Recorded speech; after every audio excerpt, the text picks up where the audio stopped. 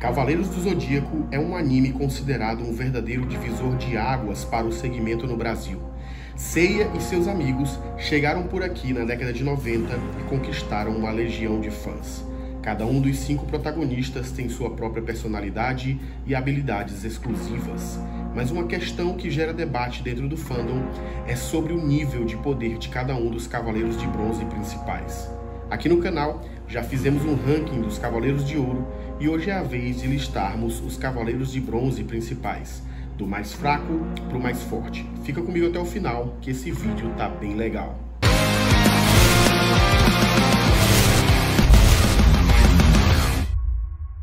Fala galera, meu nome é Carlos e esse é mais um vídeo do Cavaleiro Nerd. E antes de mais nada, eu queria agradecer vocês porque nós já atingimos a nossa meta de 500 inscritos aqui no canal. Na verdade, nós já passamos de 600 e continua contando. E agora a nossa meta é atingir aí os 1000 inscritos aqui no canal e aumentar a nossa guilda. Então, fica aqui o meu muito obrigado de coração. E como de costume, já deixa o like aqui no vídeo e se essa for a primeira vez que a gente está se vendo, já se inscreve aqui no canal e vem fazer parte da família Cavaleiro Nerd. Vai ser um prazer ter você por aqui. E agora, sem mais enrolação, vamos ao vídeo. E galera, já preciso deixar claro que nesse vídeo, nessa análise, eu não vou considerar coisas como apego ao personagem, o meu personagem preferido, ou o protagonismo, ou se o personagem faria isso ou não. Por exemplo, o Shun. Eu não vou considerar aqui se ele lutaria a sério ou não, porque ele é um personagem que prefere evitar o conflito. Não vou considerar esse tipo de coisa.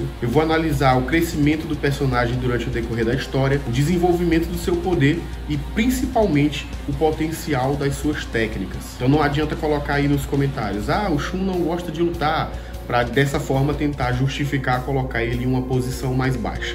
Não é isso que eu vou analisar aqui. Dito isso, em quinto lugar, Seiya de Pégaso.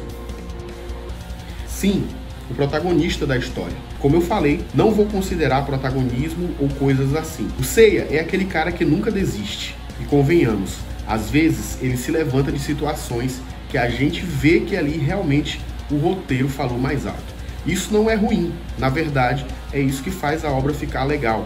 Mas o protagonismo só serve para a obra, para uma análise como essa, não. O Seiya é limitado no que se refere aos seus ataques, de verdade.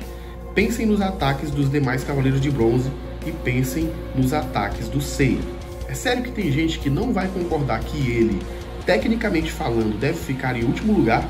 Eu sei que o Seiya tem coisas como força de vontade, determinação, e se fosse uma análise que eu considerasse esse tipo de coisa, ele com certeza ficaria em primeiro lugar. Não tem discussão. Mas, lembrando mais uma vez, a minha análise aqui não conta com esses fatores. O Seiya vence muitos de seus obstáculos justamente através de milagres, mas eu não posso considerar milagres numa análise como essa. Seiya não derrotou, de fato, nenhum dos Cavaleiros de Ouro. Ele não enfrentou os mais poderosos generais marinas. Na saga de Hades, tomou uma surra do gigante de Ciclope, o espectro que fazia parte da ralé do exército de Hades. Seus feitos no fim de cada saga são oriundos desses milagres que nós já falamos. Analisando tecnicamente, o menino Seiya fica em último lugar. E aqui eu vou lembrar mais uma vez. Se eu fosse analisar considerando protagonismo, a perseverança, os milagres que o Seiya realiza ao longo de toda a obra, ele com certeza ficaria em primeiro. O cara é o protagonista, ele teria que ficar em primeiro. Mas a nossa análise aqui nesse vídeo não considera esses fatores. E em quarto lugar, Yoga de Cisne. Foi mal aí pros fãs do Yoga e eu me incluo nisso.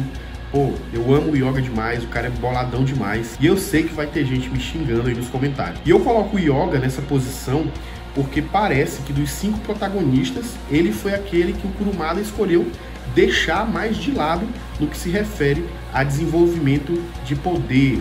E assim, parece que o Yoga, ele é aquele núcleo mais dramático de Cavaleiros do Zodíaco, porque no desenvolvimento dramático, nossa, ele arrebenta. Toda a história dele ali com a mãe dele, com o mestre dele, o Camus. Mas você há de concordar comigo que na saga das 12 casas, por exemplo, o Yoga dos 5 protagonistas era o que tinha, até então, o menor desenvolvimento, a menor evolução era dele, sendo ele, inclusive, o único cavaleiro que chegou numa casa zodiacal, lutou com um Cavaleiro de Ouro, foi trucidado e o Cavaleiro de Ouro continuou ileso, né? Ele até congelou ali a armadura do Miro, mas foi mesmo que nada. Só serviu para o Miro, de fato, ver que ele estava lutando por algo justo e por algo real, e acabou deixando ele passar ali pela casa.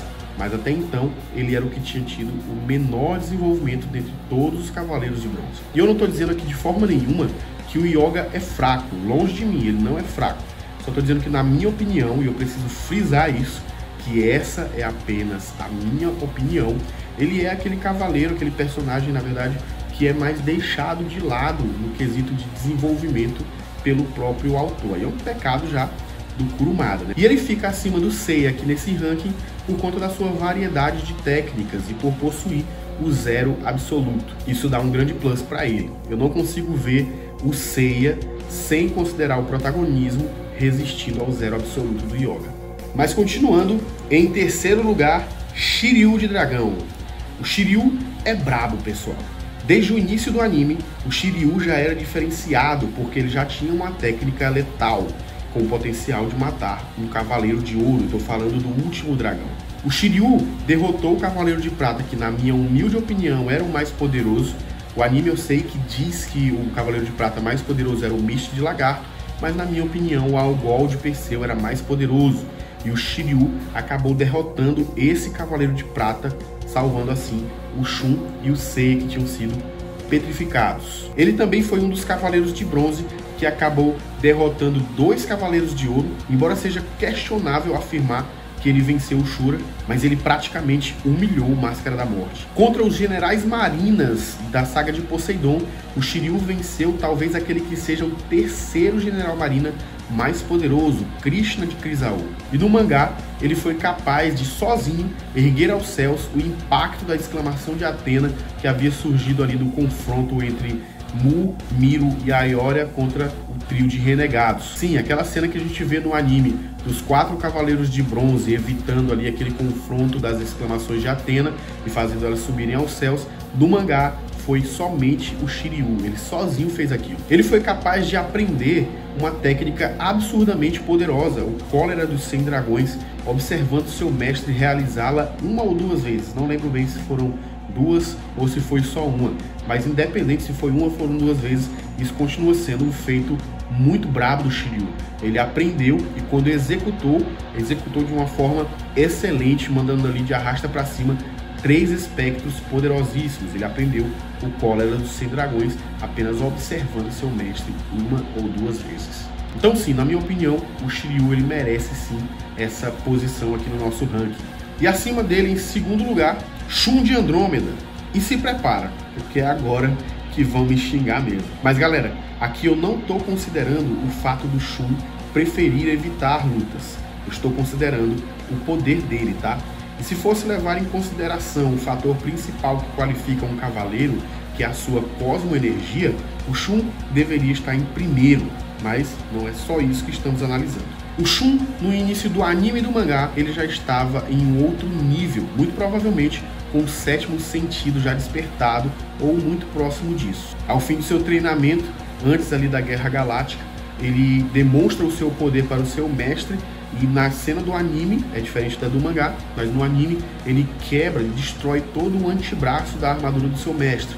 Já no mangá, ele destrói a armadura completa do seu mestre, que é um cavaleiro de prata. Na Batalha das 12 Casas, Shun foi capaz de sobrepujar Saga de Gêmeos quando ele estava controlando a armadura à distância. E isso é um feito incrível para um Cavaleiro de Bronze, já que o Saga é no mínimo o top 2 dos Cavaleiros de Ouro. E eu não estou dizendo que o Shun venceu o Saga, tá? Eu estou dizendo que por um momento ele conseguiu sobrepujar o Cavaleiro de Gêmeos. Ainda na Batalha das 12 Casas, Shun foi capaz de vencer um Cavaleiro de Ouro sem a intervenção de ninguém. E vendo a batalha entre Shun e Afrodite, fica nítido que o Cavaleiro de Andrômeda estava relutante em atacar, mas quando decidiu lutar, ele se mostrou até superior ao Dourado. Shun tem em seu arsenal uma técnica de nível de Cavaleiro de Ouro. Essa técnica é, na verdade, um combo muito parecido com o de Shaka. Veja bem, Shaka utiliza seu Tesouro do Céu, que é uma técnica que faz com que o adversário não possa nem atacar e nem recuar. Dessa forma, ele fica vulnerável, enquanto Shaka pode atacar com o seu golpe mais destrutivo. a rendição divina.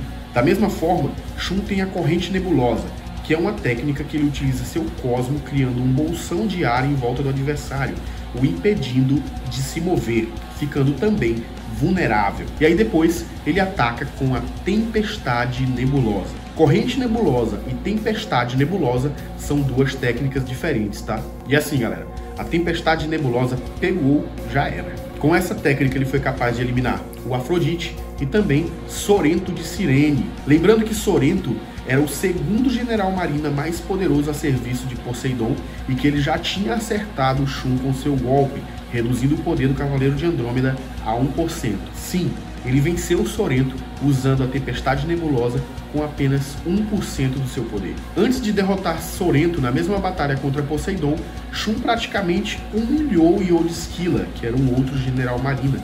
Ele praticamente brincou com ele a luta inteira. E por fim, Shun se deixou ser dominado por Hades, um deus, e quando chegou o momento correto, ele conseguiu suprimir a alma de Hades para se comunicar com o Ikki, pedindo que o Ikki o finalizasse naquele momento junto com a alma de Hades. O cara esperou o momento certo e mesmo que tenha sido por um curto período de tempo, ele conseguiu suprimir a alma de um deus. Queira você ou não, o Shun é brabo demais, galera. E em primeiro lugar, ele, Ikki de Fênix. Isso é indiscutível, pessoal. Embora Shun tenha um cosmo maior que o de Ikki, e mesmo que a gente considere que se o Shun não hesitasse em lutar, ele seria tão forte quanto o Ikki, e mesmo que ele fosse como Seiya e os demais, ele nunca seria violento como o Ikki.